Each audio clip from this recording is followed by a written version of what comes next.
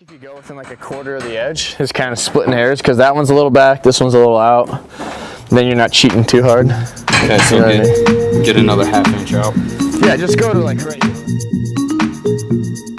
Welcome to my weblog. This project is a partial expansion and renovation of an old South Side Bozeman home. These weblog programs feature remodeling projects from a practical design perspective, as well as looking into the actual project execution and the many typical construction issues that come up as well. So from this seam over is where the new foundation that we poured is. We have a nice level platform to tie into the existing floor system. We leveled it up, sheeted it across, gave us a solid foundation to frame our walls off of.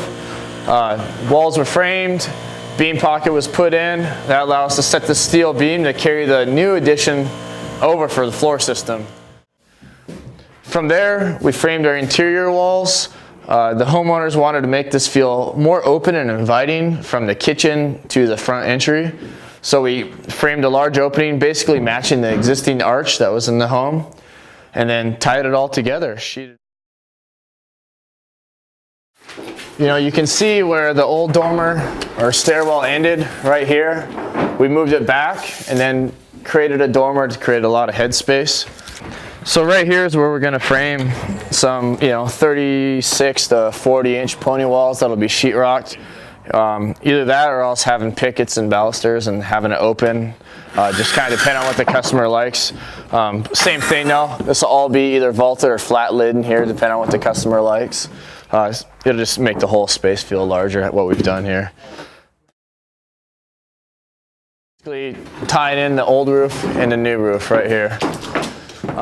Elevation wise they're somewhat close, but the whole house is settled to that side, and so what we've had to do is find a happy medium between just demoing that and tying it in. And what we did by doing that is we took our plane from this new roof and strung it from that, basically point A to point B, found a happy medium and put some sleepers in, basically fur strips, to gradually taper into the transition so it's not just a big hump to tie the two in.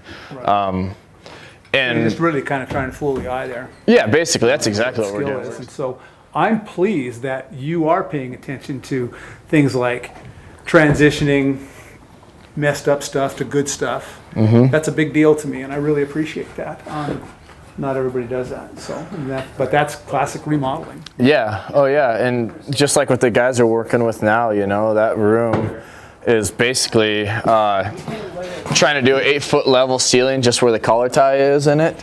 It tapers from 12 inches to 14 inches. It varies that much. And so trying the same thing, right? We're trying to fool the eye, make it as plain and as level as we can, but make it so when it's sheetrock and tape and textured, you're not picking up on that and making it work. That's a beautiful thing that you're paying attention to that. And I tell you what, I appreciate it, and I know my clients do too. Yeah, you bet. Well, these guys like to make it right as well.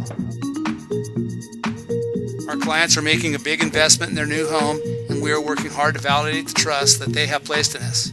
We are all expecting nothing less than superior results and a quality construction experience. Thanks for taking the time to watch this program. Check back to peterqbrown.com as we will be following the progress of this and other projects.